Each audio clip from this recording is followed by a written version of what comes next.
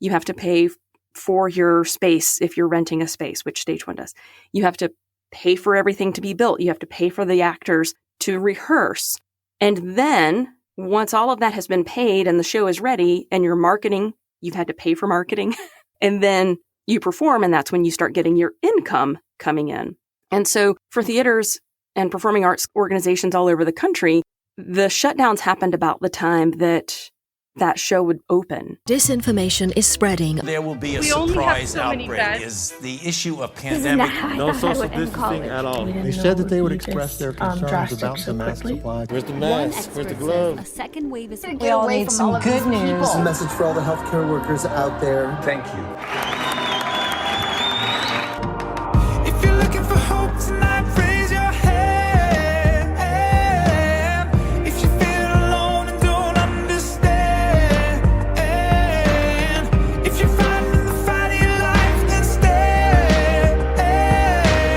From Santa Rosa, California, this is 19 Stories. I'm Cheryl Halling. My guest today is a stage and screen actor, writer, and audio drama maven. Her writing includes essays and plays for stage and audio drama, and her stage plays have been shortlisted and recognized nationally and internationally.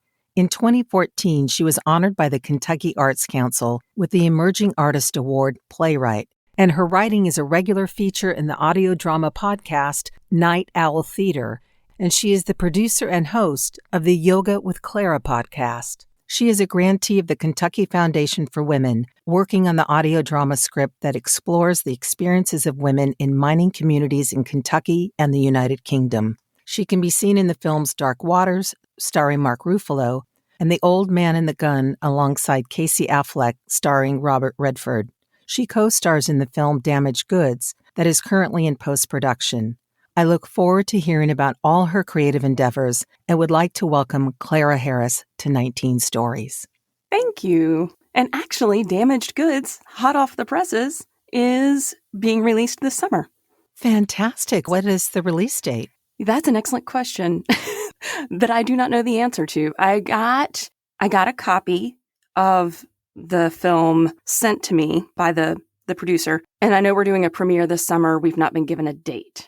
Very apropos that I mention it, and I want to definitely talk about that. But first of all, thank you so much for joining me today. And how are you doing? Well, thanks for asking. I'm glad to be here. Doing pretty good. It's bright and sunny here in Louisville, Kentucky, so I can't really complain. Nice breeze. It's been a lovely day. Yeah, and I can hear a little bit of your Kentucky drawl. Now, are you originally from Kentucky? No, from Tennessee, though, so not far away. Okay. Yeah, and I actually lived in Tennessee for a couple of years. Whereabouts were you in Tennessee? I'm from Chattanooga originally. Where were you? I lived in Nashville, actually Sylvan Park, but my husband's cousin, my cousin lives in Chattanooga, and actually she was out here and just left this morning, so I had a chance to visit with her, one of the first humans we visited with for well over a year. But speaking of that, can you give us an idea of what your current shelter-in-place directives are, and if at all, how have they affected your life? Well, my husband and I are both in the performing arts, so we were pretty walloped and pretty terrified when all of this came down last March. Just all of the unknowns, that all of us were going through, but especially because the arts were some of the first to be canceled. And if people aren't gathering in groups, we're also going to be some of the last to come back. So that was pretty scary. He is the artistic director. He had just been promoted to that position. Oh, wow. And so here he is having to essentially lay off our friends, because it's a small community and we are friends with the people, our colleagues that we work with. So that was really tough. But I've been very pleased with the leadership in Kentucky. The governor took some early steps in terms of limiting capacity, shutting down non-essential shops and businesses, encouraging people to work from home who could, that sort of thing. We did have a mask mandate pretty early on. Basically, as soon as the CDC quit saying, don't wear a mask, in fact, we do need you to wear a mask, then Kentucky ended up with a mask mandate. So I have been an advocate and certainly in favor of most of what our governor has done.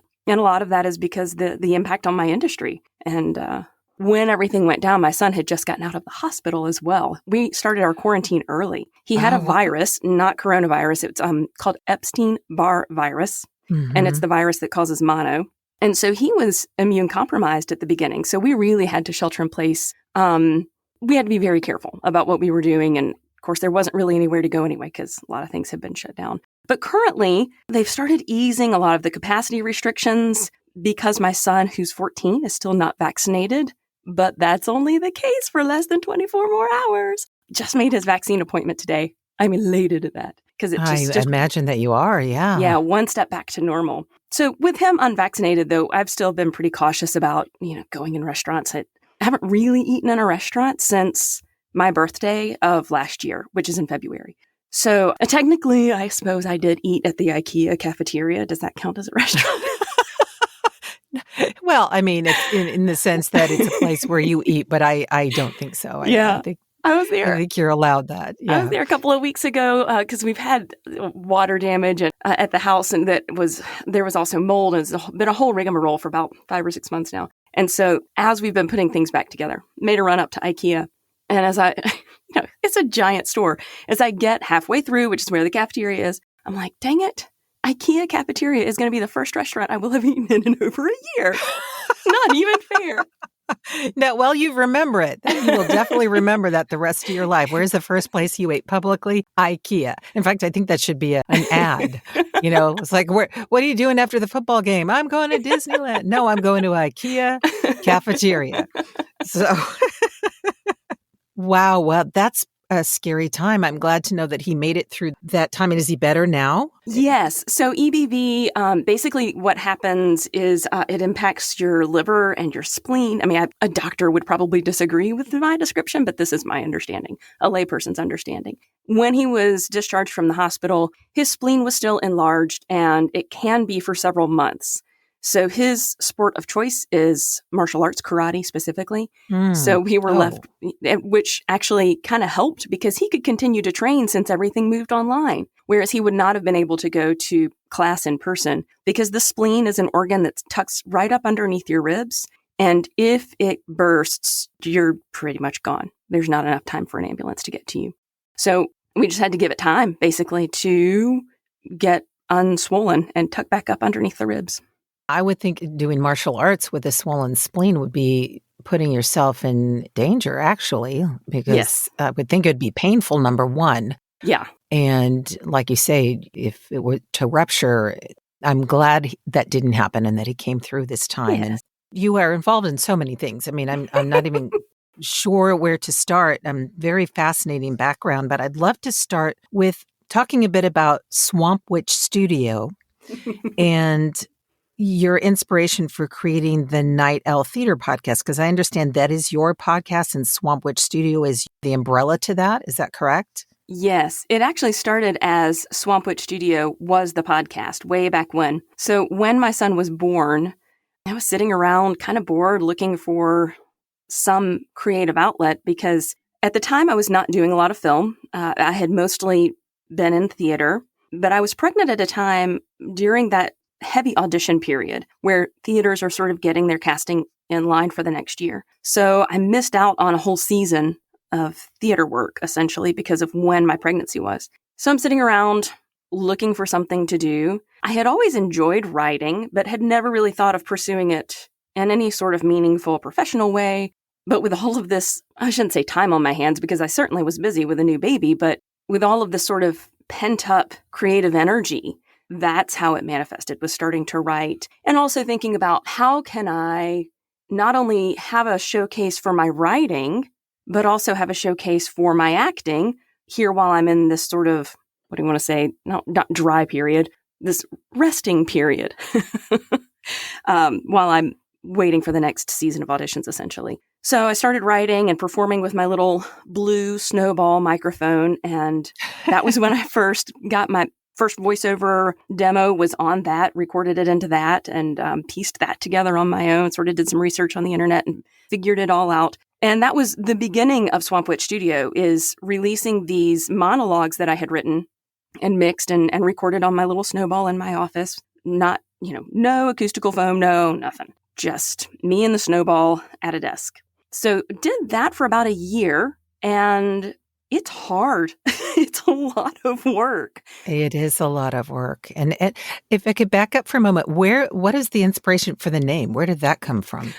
My grandmother was referred to as the Swamp Witch. unbeknownst to me, because she was super into herbal healing and that sort of thing. Not that she was a hippie. It was, country is really, that was her background, right? So she grew herbs and she grew vegetables and, the original medicine. Yeah. Exactly. Sort of old-timey medicine, essentially. And so I didn't really know that my family referred to her as the swamp witch. It's not something we used regularly. Well, fast forward to my mid-20s, and I get into plants and herbal healing and think that that's kind of cool. And anyway, my husband started referring to me as the swamp witch, but I had a lot of similarities to my grandmother. And so he started saying, you know what, she's the swamp witch. You're the swamp witch junior. And then we found out that actually my family had called her that like back in the day. Wow. Yeah. What are the chances? Yeah. And she passed away about the time that my son was born. So it just felt like a nice way to honor that connection. And then with the Night Owl Theater came out of the fact, were you writing at night? Is it the mode of, or the mood, I should say, of your podcast to appeal to kind of old time radio drama when people used to gather around their radios to listen to radio drama? I do love that sense of everybody's gathering around to listen. Night Owl Theater started because I realized, it may have been a little bit of an SEO thing too, but I remember what it was. I began getting strange questions about Swamp Witch, and people were a little turned off to the idea of Swamp Witch. And actually for a while, I changed the name of the podcast to Swamp Witch Stories. And well, after that first year, actually, it went away for a while as I was like, I need to figure out a way to regroup and figure out how I can do this, how I can produce this content without flogging myself every week trying to get it out. And during that time away from the podcast, I ended up working with some radio stations. So continuing to work on audio drama, just not on the podcast. So when I came back, sort of relaunched it as Swamp Witch Studio Stories. But then that got kind of confusing. And I don't know, I was never thrilled with that title, but I was headed to a podcasting conference and I needed a quick name and business cards and everything to sort of distinguish it. At the time, I was also beginning to think, I would really like to keep the Swamp Witch Studio as sort of a producing umbrella that I can use as the name that produces certain different things, not just the podcast. So I was stuck with Swamp Witch Stories for a while. And then when I came back to it, I've just always been a night owl. So I did want to evoke that sense of old time radio drama, night owl theater. So that, it's just because I am a night owl mostly, though. You have a really interesting series that was commissioned by the Louisville Arts Network in partnership with Lift Up Lou. And I'm curious how you came to write and perform the piece Quarantine and This Moment in America Quarantine Edition, because I think it's, especially since we're on 19 Stories from Fear to Hope that was birthed out of the quarantine and telling people stories of what it means to move through this time. How did that come about for you? It started before quarantine. This Moment in America was a project that I started 2020, back in the day when we were naive and had no idea a pandemic was about to shut everything down. I had this grand idea because I realized, listening to the newsreels it was actually the first impeachment trial, listening to what some of the lawyers were saying and some of the newsreel, I thought, this is just unreal. If you were to read the transcript of this without the emphasis that the lawyers are using, for example, it would be comical, some of the things that were being said. And so from that, I was like, and there's some other things that are sort of interesting that way if we think about it in terms of removing it from the context and trying to remove the emotion out of it. Wouldn't it be sort of interesting to explore what this election year is going to be like in America? And then right before the election in August is the Edinburgh Fringe. Oh, and I can compile all of this, and it's going to be so cool. What a cool little French show. And I'll take it to Edinburgh, and it'll be a live audio drama recording. So it'll be me and a mic, recording everything while people are watching me perform this. What a fun project. So I started writing grants for that. And then the pandemic hit, and all the grants that I had applied for got shut down. Yeah. And so we got word, though, that the Louisville Orchestra conductor, Teddy Abrams, had partnered with Lift Up Lou. My understanding is he was sort of the force behind the Louisville Arts Network, getting that up and getting those micro grants available for artists so that we could continue to get paid for our work. Because a lot of us were producing some sort of work. We just weren't necessarily getting funding for it. And of course, all of our ability to earn a living had been taken away, especially those of us who rely on people coming together, musicians and performing artists of various sorts. So when the micro grants opened up for that, I applied and was accepted. And I actually wrote that over the course of, I asked for people to send in up to 2 minutes of just any sort of audio that's around them. And my hope was to have these little nuggets of what quarantine was sounding like for people, but then take that sound and not necessarily write about quarantine, but write something that was inspired by that sound. So, for example, the most controversial one, I actually had to remove it from the thing that ultimately got submitted. It's in my podcast feed, but it's not in the one that they released, the version they released on their Facebook page. But it was my father doing some gardening. He was removing monkey grass, which has really tightly knit roots. And it was right beside a sidewalk too. So there were some dings as the shovel would hit the sidewalk and lots of just kind of crunching through as the spade drove through the roots and lots of kind of grunting and that sort of thing. It was great audio. I was going to say that sounds really intriguing. And why was that considered controversial? Because of what I wrote to go over it. Oh, okay. We haven't gotten there yet. I did it's so not my normal style of writing, but I wrote about basically these two hitmen chopping up a body to dispose of it. Oh, right. And it was humorous. Yeah. I mean, it was... actually does sound humorous, but I can see why that would be a little touchy with some people. Yeah. They were like, so can you remove this one? I mean, you can do whatever you want with it, but for the one we're going to release, can you take that off? So I was like, okay, sure. And I'm glad I did, because when my piece ended up getting released was in June. So I was doing all of this in April, and the mood of the country had shifted quite drastically from mid-April when I was writing this. We were all still in that sort of honeymoon period of quarantine thinking, oh, this is just going to be like a couple of months, right? I mean, we'll be fine by the summer. I mean, by the fall at least. Obviously we weren't. But by mid-June, when this actually got released through Louisville Arts Network, things had sort of shifted. So I was glad that they had asked me to remove that. I was going to clarify that Lift Up Lou is referring to Lift Up Louisville. Yes. It's an initiative from city government, metro government technically, because we're a city-county combined. It's an initiative they offered online fitness classes, online yoga classes. They did lots of programming on their Facebook feed to try to keep people lifted up. So Lift Up Lou.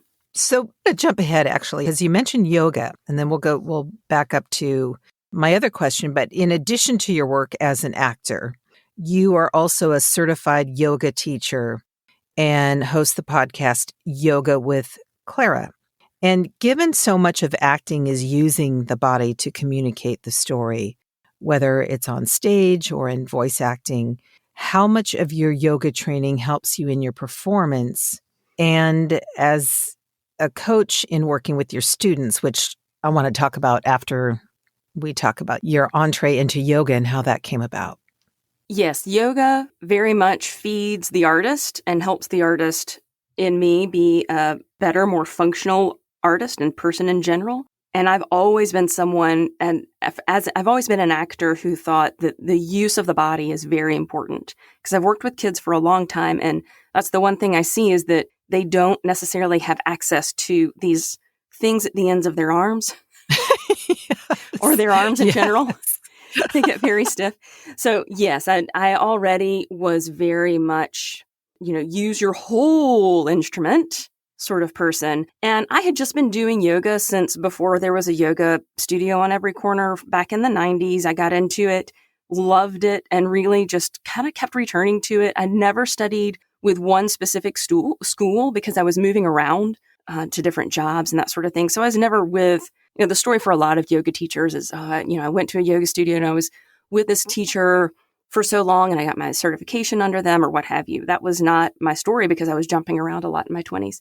But I did keep coming back to the practice of yoga and different aspects of it. And so, in 2018, it was actually partially an impetus to broaden my ability to earn a living because there was a shift at my husband's work. And it just really highlighted the fact that in a town the size of Louisville, two people working in the arts, where primarily are working from the same company is not the best course of action for a family. We needed to diversify our sources of income. And so as I stepped back and saw, okay, what can I do to be able to diversify and pivot quickly?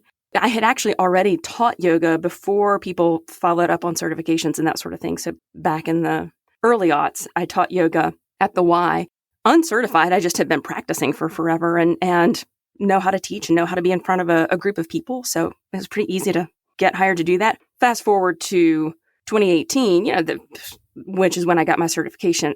You have to have a certification from somewhere to teach. So I went to Asheville Yoga Center to get my certification, my 200-hour, and just loved it. Fell in love all over again with yoga and more deeply in love with it as well. And so my practice deepened certainly through the process of becoming a yoga teacher. And the more my yoga practice deepened, the more it really just became a real important a very important resource for the actor to be able to access and to have as a support for the work that the actor in me is doing. So to me, it all feeds in one to another. I mean, mindset, as you know, is a huge thing in performance, and use of the breath. I mean, there's so much of it that's just completely intertwined. And so to me, it all makes perfect sense. It all goes together. But it does seem like a very broad group of things to be doing. Actually, I think it makes perfect sense. And one of the things you touched upon is certainly how kids in high school and junior high have just been very awkward with their hands and their arms and just starting to come into their own through puberty and be aware of their bodies and how do they move about through the world. And one of the things that really intrigued me about you is your work with high school students and helping them prepare monologues for college entrance. And so is that coaching strictly for those pursuing theater degrees, or is it also to help them, as you were touching upon, with poise and confidence as it relates to other areas of their lives? I have done a variety of different coaching niches, I guess you could say. I did sort of generic, I am an acting coach, hung out my shingle, and I had students of various ages. But the thing I found is that a lot of students, the majority of them, they don't have a lot of oomph to get excited about continuing to study individually when there's not something they're working towards. And so primarily what I would end up doing what I would end up getting are phone calls about a week or two before an audition. Hey, my kid has an audition at, fill in the blank. Can you help them get their monologue ready? In a week or two, with a monologue that they just found online and they haven't even read the play or maybe isn't even from a play. Right. Yeah. There's not a lot I can do, and we needed to have been working on some sort of basics of acting. So I tried to pivot and get a little more specific about, doing extended work.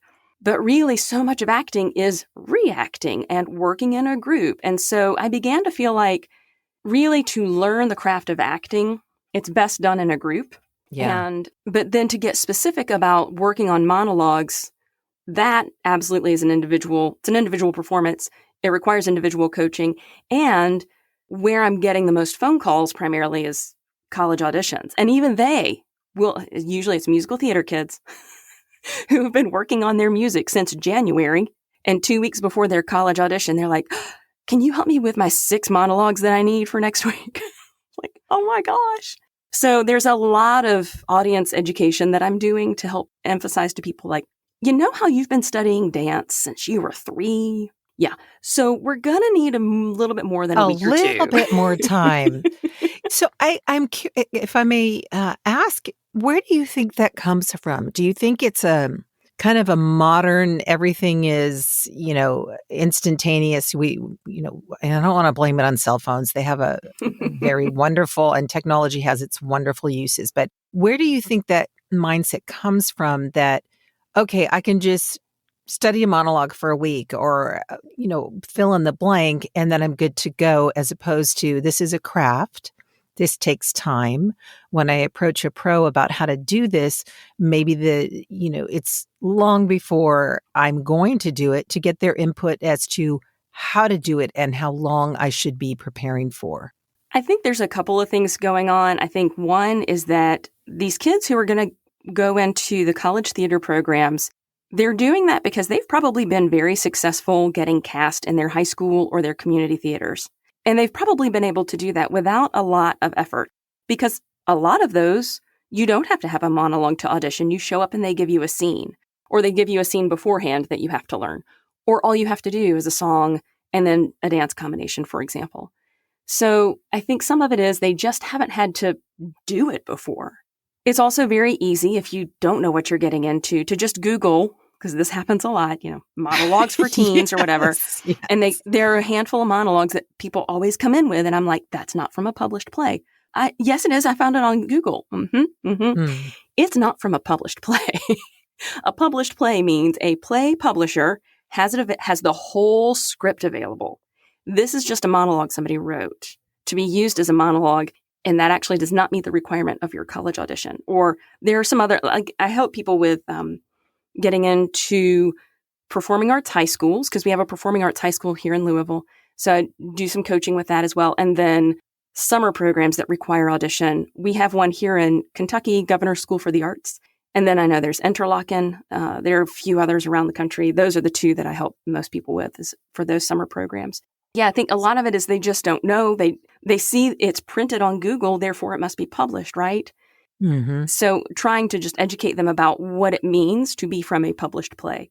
So some of it is the kids, just their limited experience, because they only have, 15, 16, 18 years, whatever it is, walking this earth, the first handful of which they weren't even cognizant of what was going on around them. So some of it is just, you don't know what you don't know. Then the other aspect is the parents just kind of not knowing. There's a lot of parent forums on Facebook and sharing information between parents. And so some of that information is better than others. And again, generally, it's just, they don't know. You sign your kid up for dance class and then they want to do musical theater. And so you hear that everybody else is with a voice coach. And so I guess I'll put my kid in with a voice coach. But getting in with an acting coach to work on monologues is just not something that comes up until we have an audition.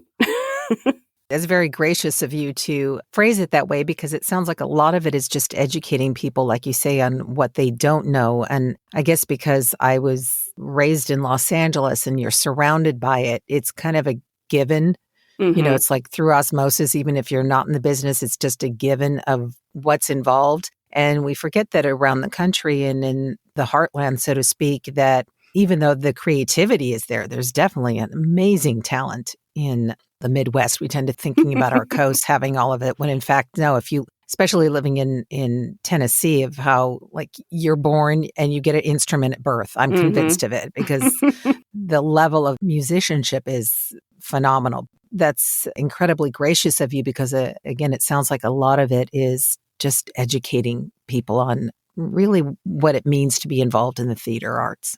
Right. And what that career is going to look like. Because that's the other thing I get is parents terrified that their kid's going to be essentially homeless because they're going into this wackadoo theater thing. There's no way you can make real money in that, right? Mm-hmm. So there's a lot of educating them about, they don't have to live in New York or LA, but if they want to, there's a lot of work there. So you make decisions within the industry, and it's an industry like any others. There are opportunities in many places. I wouldn't say all places, but in many places. Like here in Kentucky, it seems kind of random. In Appalachia, so this is Eastern Kentucky, there's a theater called Apple Shop, and they do film, they do radio documentaries, they have a radio station there. It's this huge home of creativity and storytelling in the middle of Appalachia. So in every nook and cranny, you can find something to do. But a lot of parents get very worried because they just don't know. Again, you don't know what you don't know. And then when you have, you're armed with different information to focus your kids' attention and, support them in that effort. And actually, I think you said the Apple Shop, right? Mm-hmm.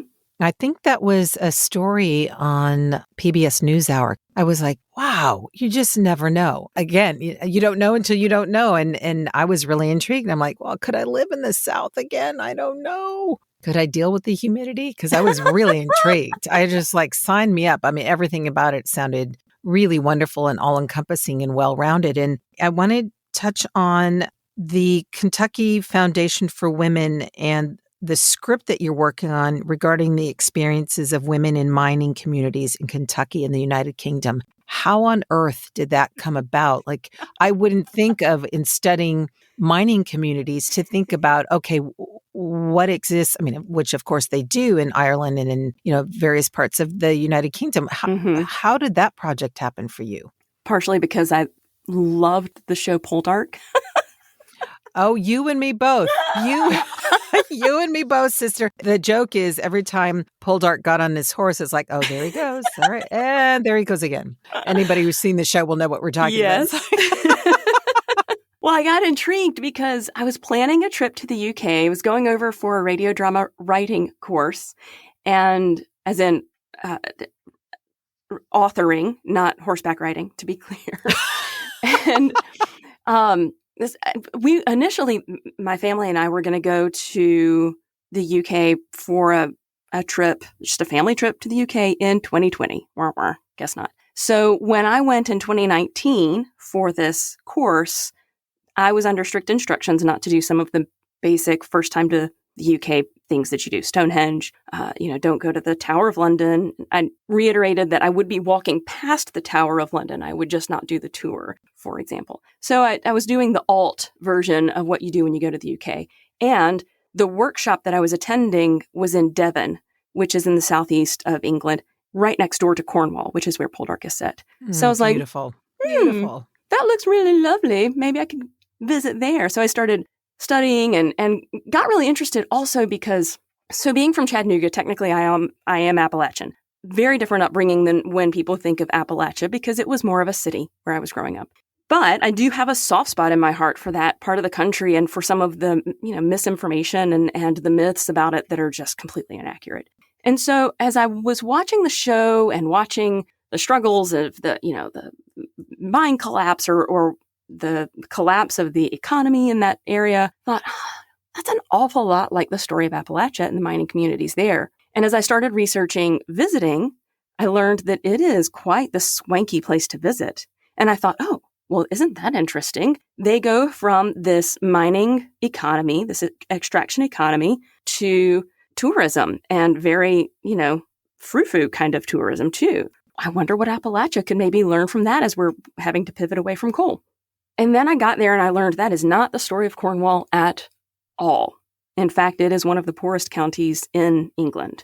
So the story I thought I was going to find is not the story that I will be writing at all. So actually, I'm a little bit behind schedule getting that done because I'm still sort of sorting through all of the information. But I spent some time in Cornwall just getting to know a little bit more about the mining history and the more recent history of when the mines shut down. It's just so fascinating because I remember, I lived through that. It was just in the 90s that it shut down. And I remember hearing news stories about it all, especially during the Thatcher's England and some of the things that were done with the miners, not just in Cornwall, because they've got mining communities all through the UK. But anyway, so it was interesting to go and be remembered of some of these stories that were just headlines that were in the background when I was a kid. And now suddenly I'm trying to really learn about them and learn how that would have impacted the locals and then learn also what happens with the women in these communities, because that's something that's interesting to me. It's like, we always talk about when there's a mining disaster, you always talk about the men who were lost, of course. Yeah. There are women left over to pick up the pieces. And also one of the things that's happening in Appalachia right now is that as coal mining is becoming less of an available job, the women are having to go out and get jobs in a way that they didn't before because coal mining paid really well. And it's such a cultural shift for that area that the woman might be actually earning more than the man in the family. So I just thought, what an interesting thing to explore. Turns out, actually, in Cornwall, the women, back in Poldark days, the women worked above the mines, but they were working right alongside the men on the extraction of tin, mostly. So that was interesting. So I'm still letting a lot of this information simmer. So I spent some time in Cornwall doing a little bit of research and just being there. And then back in the fall, I went to Appalachia, to Whitesburg, where Apple Shop is, and spent some time driving around. Of course, I'm from Appalachia, so it was kind of like just going home in a lot of ways, but just really focusing on, again, I didn't grow up in a mining community. So trying to look around and see hear stories from people in that area and learn a little bit more about kind of what's going on. And I had a fascinating conversation with a guy who has a winery, but he also has, he does, oh shoot, what is it? So I'd have to look at my notes. He does something with gas stations. And it was actually his wife that opened the B&B and winery. And she passed away last spring, and he was kind of like, I don't know what I'm going to do, but for now it's open. And anyway, it was just a fascinating afternoon chatting with him about his life story and how he ended up with a winery and how his wife influenced all of that. It was just fascinating. So just still letting a lot of that simmer. But that's how it came about ultimately, is because I liked Poldark and I was going to be next door to Cornwall. Who's to say that watching PBS doesn't influence your creative endeavors? I think that's fantastic. And what a way to bridge the commonality between how you grew up and then the stories you're learning and researching about when you went on your trip. And do you see this as a screenplay? Is it a radio drama? How will this, or maybe you don't want to talk about that yet because you're still forming it, but what kind of presentation do you see this being? It'll be an audio drama. That's primarily what I'm focusing my writing on, is generating content for Night Owl Theater. Again, even though I fast forwarded many years from those early days with my Blue Snowball, it's still a lot of work to do audio drama. So I'm focusing on most of my writing on audio drama, although I'll take commissions to do stage plays too, which I did last year. That's what Monster of Mine was. Maybe you can touch upon the fact that you come from, your family is headed by two people who are in the creative arts, and my heartstrings were definitely pulled and go out to you with, both of you being affected because of this pandemic. And, to coin the phrase pivot, how has your household pivoted? And I would imagine this was incredibly fear-inducing for you. And what skill sets did you use to turn that around? Fear-inducing is a really good way to put it. So my husband is the artistic director for Stage One Family Theater, and their primary audience is school matinees. So if schools aren't taking field trips, they're not performing. Yeah. And if the theater isn't performing, they're not fulfilling their primary directive. Fortunately, Stage One also has a very robust education program. So that is getting them through. In addition to, he had this idea to do these digital field trips. We naively thought perhaps they would tour into schools in the fall. And then we actually are not back full time. I know schools are different all over, and schools are different all over Kentucky. But here in Louisville, the schools were out completely until spring break of this year. So I think the elementary kids went back in mid-March. Middle and high school went back around the 1st of April, and only hybrid. So my son goes to school 2 days a week, and he's home 3 days a week, because only half of the kids go at any given time. Anyway, all of that to say, yes, when school shut down and we're looking at it, somebody put it very well, because of where the shutdown happened, theaters spend all of their money on the front end of a show for the most part. You have to pay to design it. You have to pay for the royalties and rights to produce it. You have to pay for your space if you're renting a space, which Stage One does. You have to pay for everything to be built. You have to pay for the actors to rehearse. And then once all of that has been paid and the show is ready and you're marketing, you've had to pay for marketing. And then you perform, and that's when you start getting your income coming in. And so for theaters and performing arts organizations all over the country, the shutdowns happened about the time that show would open. So they were all strapped for cash because they had just paid out all of this money in anticipation of opening these shows that never opened, or maybe and only not ran, being able to recoup. Yeah. Right. Or only ran a week instead of, 8 or whatever the case is. So fear-inducing, absolutely. We were, not only the fear of this scary monster at the door of, are we going to get sick, especially after having just, gotten my kid out of the hospital. So that the health aspect was scary, certainly. But then because of the unknown around the industry, I remember saying to Andrew, my husband, and my son, we need to not spend any money except on necessities because we don't know what's going to happen with Stage One. So we really kind of shut the purse strings and only purchased what absolutely had to be purchased. So that was, for the first month or so, it was, who knows if, because again, there's been all of this payout of funds, and is the organization even going to make it? Or are we going to suddenly be both of us jobless because I've always been a freelancer, but I've been a freelancer doing theater and teaching yoga and doing film and everything that just got shut down. And so it's just, it was very, very scary. So I pivoted to, at first, a lot of online yoga and trying to really build up that presence. I was already beginning that direction, but I really, turned the volume up to 11 on that when the shutdown started. And then just trying to be really smart about our household expenses and hope for the best. And fortunately, things have worked out okay for us. But, the theater still isn't open. And schools, we don't know yet if schools are going to take field trips next year. So we're not exactly in the clear, but things are certainly brighter this spring of this year than they were spring of last year. What makes you hopeful? Honestly, simple things like the fact that the sun will rise again tomorrow, that the blossoms came out on the trees this year and the leaves are coming out and the tulips bloomed that my son and I planted. In the dark of night, we were trying desperately to get everything in the ground before frost and just barely made it by like 36 hours. So we finished up the planting of the tulip bulbs literally at well after sunset back in, I think it was November. And so just little things like that. I have some bird feeders that I put in last year, and I just love sitting and watching the birds and squirrels and various other critters come and feed. And, all of that, it's like everything's still ticking along. There's hope that we will too, that things will return to normal because all of this stuff around me is reminding me that things are normal in the natural world. Oh, that was beautifully said. That's what I'm reminded of when I look at, life unfolding, especially at springtime. So that was beautifully said. Thank you so much. And safe to say, then that's what brings you joy as well, as watching life unfolding in its natural state. Would absolutely. That be safe to say? Yeah, absolutely. I can just, when I go on a hike and I get into the tree line, it's like, just feel my blood pressure drop and everything just settles. All is right and good in the world for at least however long I'm on the trail. So absolutely what brings me joy is nature. Very swamp witchy, I suppose. I meant to touch upon, and so we'll just back up for a moment because I guess this is going to be a weird kind of non sequitur. But speaking of nature, how did you become involved in the film Dark Waters and also The Old Man and the Gun, of which both films were based on actual events? And I take it they filmed around you as well.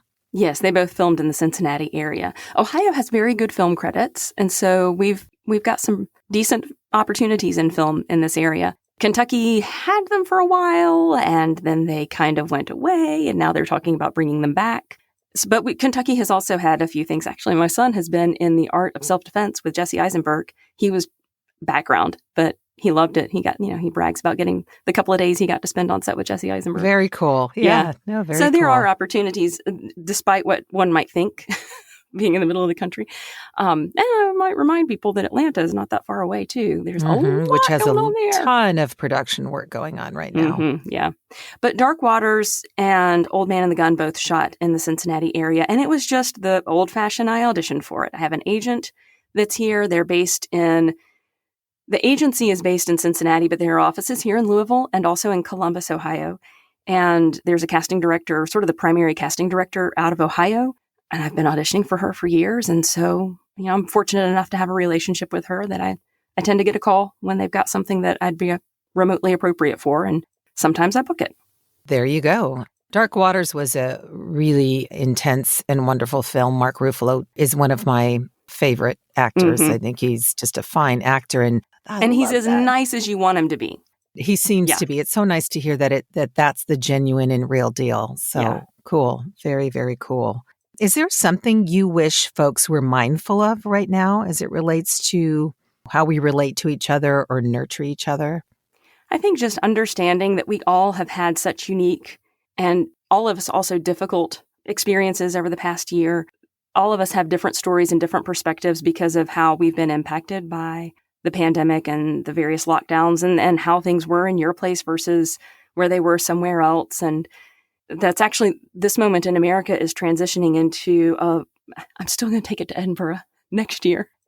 It's transitioning into a community storytelling project that I'm inviting people to talk a little bit more about their experience, either the past year or just there are going to be several prompts that invite them to just tell their story, their side of the story, how they see things.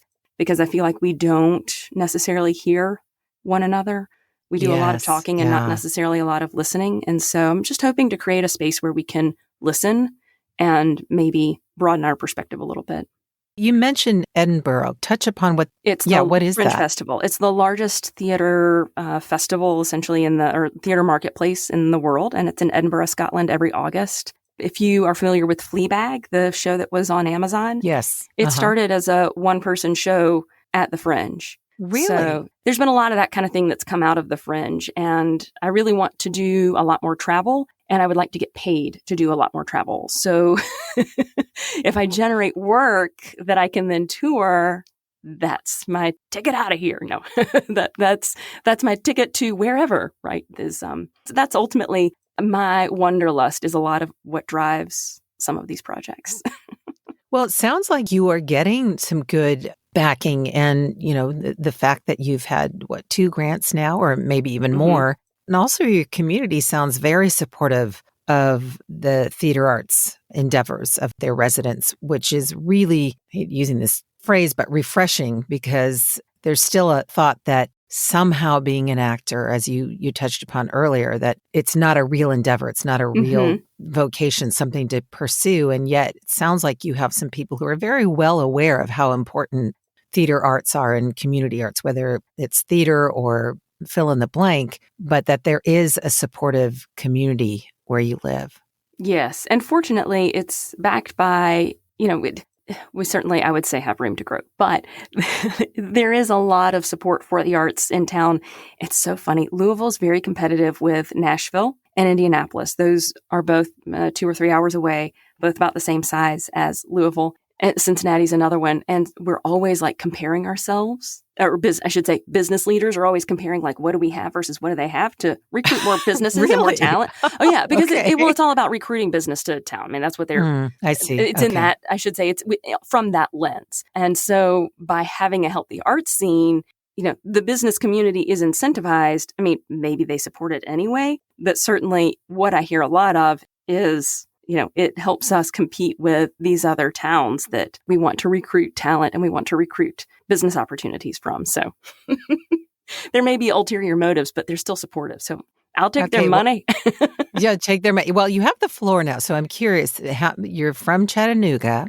So you're familiar with kind of the Tennessee, well, certainly Chattanooga is a little bit different than Nashville. And I'm really sorry that it didn't get out to Chattanooga, because I understand it's just a really hip town and very beautiful. But take it away. You have the sales pitch of Louisville versus Nashville versus Cincinnati, et cetera. And people are to move a mass exodus to Louisville or not. We welcome the locals, but stay out if you're from other states. Are you asking, is that how we feel about things? So I'm asking, if you had to give a sales pitch of where should people move for the arts, would you welcome them because you're definitely Louisville's the place? If you want to come to Louisville, there are actually houses to buy here right now, whereas Nashville housing market is crazy. Because so many people are moving to Nashville right now. I know a handful of people who vacated New York for Nashville. And so housing's kind of bananas there, although my brother's an architect there. So if anybody's in Nashville and they need an architect, hit up Charlie Rankin. Hook them up. Anybody listening, we'll give you Clara's information on how to get in touch with her. Actually, my question came out of the fact that I do know that Nashville is it's exploded. And my husband and I left there at the end of 2010. And I think they've had their fill of Californians and everybody else coming there, because it's changed. It's absolutely changed the whole economy and for good. And, it's not all bad. Right. Do you have or rely on a particular faith to help you through this time? I grew up sort of mainstream Protestant Christian, but I don't attend church regularly, and I don't really claim a particular faith at this point because, I'm a person who's kind of always seen both sides of very much a fence sitter. And so I really feel informed by lots of different faiths, but certainly those memories of the songs in church and the stories that I learned in church growing up absolutely inform my approach to spirituality, because that's the soil in which I was grown. But But no, I don't, there's not a particular faith that I call on, but I do strive to be a spiritual person because I do very much believe there is a non-tangible aspect to what's going on. And, some people call that by different names. And obviously, as a yoga teacher, I help people try to tap into that. And for me, I very much want to give people the space to tap into however they might name it in terms of their spirituality. You mentioned the music from church. And so I'm wondering if there was a soundtrack to your life, what would be on it and why? Show tunes. Because I was a theater kid. That makes sense. Okay. And it's got to be some of the, the mountain music and the shape note singing. That's what we did at church. Church of Christ is what it was growing up. So we had no piano. There's no instruments in the Church of Christ, all a cappella. So that certainly is, if we're going on, if we're pulling up the playlist of the Way Back Machine, then it's going to be a lot of that shape note singing. John Denver and but yeah, a lot of show tunes. And more recently, I like to work out to, just your sort of bubblegum pop kinds of things. I really wish that there were on Spotify or somewhere, some sort of way that I could select which Taylor Swift mood I'm in. Am I coming to Taylor Swift today because I'm wanting her more recent sort of moody things that she's produced during the pandemic, or am I wanting, Shake It Off and some of those other, sort of get up and go music? Well, you can create your playlist. You can do your own playlist. I can, right? But I'm too lazy, or I shouldn't say I'm too lazy. I got other things going on. I am so bad about assembling a playlist. I just rely on other people to do it for me. It's actually it's not as hard as I know. And I hear what you're saying, but it's not as hard as I was intimidated at first. And then I went, oh, okay. And now I'm actually sharing some playlists. It's like the old mixtapes we used to make on cassettes, right? And now I'm actually sharing playlists. I go, look at me in my old age. My son and I talk about how we're both so bad at like thinking up like what kind of music we might want to listen to, or really finding new music. And that's what I like to do, is put on a playlist or a station of an artist. Ed Sheeran. Love Ed Sheeran. Again, different moods of Ed Sheeran. So I just like to hit play artist radio or whatever on Amazon. That's generally the app I'm listening in, and get introduced to songs I might not have stumbled across. And from that, I have found other music, but I just tend to not know what to put in it when I sit down to try to do a playlist. It's kind of like when you want to sit down and watch a movie and you're like, why didn't I write that down? And you spend 30 minutes going through what's on. Or the alphabet to try and remember what the name of the show was. And you mentioned shape note singing, which I am blown away by. I've seen, I don't know if you call it sheet music, I guess. And for the life of me, it really is another language. It's from another time. It's another language. And I'm in awe of it. And are there actual recordings of singers who sing in that vernacular, if you will? Yes. Alison Krauss, I know, has done some shape note recording. Yes, and you're right. Yes. Cold Mountain, the movie. Do you remember with Nicole Kidman eons ago? It was a movie of a book. Yeah.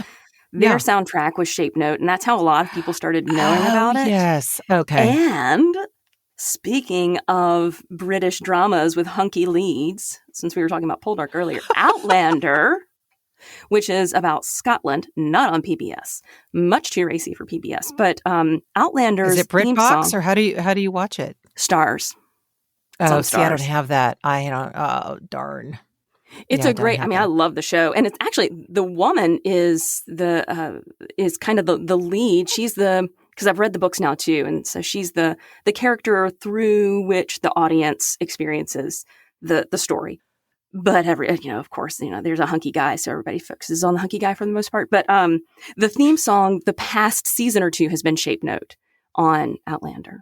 And I nearly burst into tears when I turned on the first episode of season 3 or 4, whichever one it was that switched it, because it was just like, oh, that's the music of my childhood.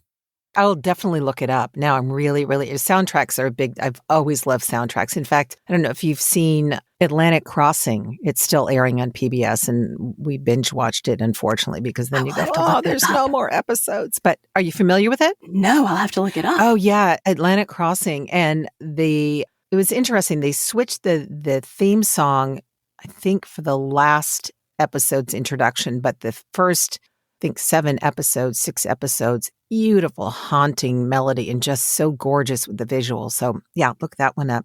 So Clara, how can people get a hold of you? Many places. Okay, and that's the end of the show. Thank you very much. Probably the best place to go. So Grand Central Station is going to be Clara-Harris.com. The dash is important because despite the fact that I was Clara Harris before this incident happened, a woman in Texas who also has the name Clara Harris ran over her husband, backed up, ran over him, backed up, ran over him. And then they made a TV movie.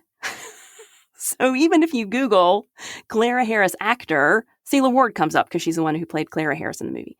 So the dash is important. This is a real story. I mean, I love Celia Ward. I think she's a very fine actress. But how long ago did this come out? I don't remember. But I was so frustrated. I'm like, dang it. Because so when you join the union, either Actors Equity or SAG, you can't be the same name as somebody else who's in the union. And actually, my first name is Jennifer. Well, of course, there was already a Jennifer Harris in the union. And Jennifer Clara Harris is just too many syllables to slate at the beginning of an audition. It's just such a mouthful. You want to cut to the chase. So I dropped my first name eons ago. And when I joined the union, and so I've been Clara Harris before she murdered her husband. But unfortunately, her SEO is better because of that. Okay, for those who just joined us, this is not Clara Harris, the husband, vehicular manslaughter murderer. I learned this was going to be a problem when I showed up for the first day of rehearsal, and somebody was like, I guess you're not the person who murdered her husband. I'm like, what? This was in the early days of people Googling their coworkers. So I was like, oh, you should have said, well, yes, I am. Thank you for asking. Cross me. Don't mess with me. Oh my gosh. So Clara-Harris, if you will, .com is probably the best place to go. And I've got links to everything there. For the that yoga is a great story, and the by the way. Coaching and everything. That's a great story. Hilarious. I have actually considered changing my name because it's just so dang frustrating to come up on the second page of Google results on your own name. Well, but at least, hey, I think it's actually very cool to be associated with that in a loose way because you do come up in SEO searches. So yeah. I don't know. I'd revisit that. Don't trust Google image searches for me, though. Right. Same with me. Oh my gosh. Oh yeah. Well, thank you, Clara-Harris. Non-husband murderer. No, he's very much alive and well. Well, I'm so happy to hear that. And I just look forward to everyone being healthy and happy and coming out of this with kind of a renewed sense of direction and purpose. And I don't know if there'll be a new normal because, what does that mean anymore? I think we've all redirected in a way that we needed to, hopefully. And I always feel like the disclaimer is that's not ignoring the fact that some people have not. It's been a very, very tough and trying time for a lot of people. But I appreciate your time and look forward to good things coming out with your swampy radio drama. And I take it your information, is on your website as well regarding Night Owl Theater and all of your podcast information, etc. Yes, that's why it's easy just to give that one. I mean, you can go to swampwitchstudio.com. And actually, starting in June is when This Moment in America, the community storytelling project, is going to be launched. So June is when the community storytelling gets launched, and that'll all be off of Swamp Witch Studio. So Clara-Harris or Swamp Witch Studio, both adequate.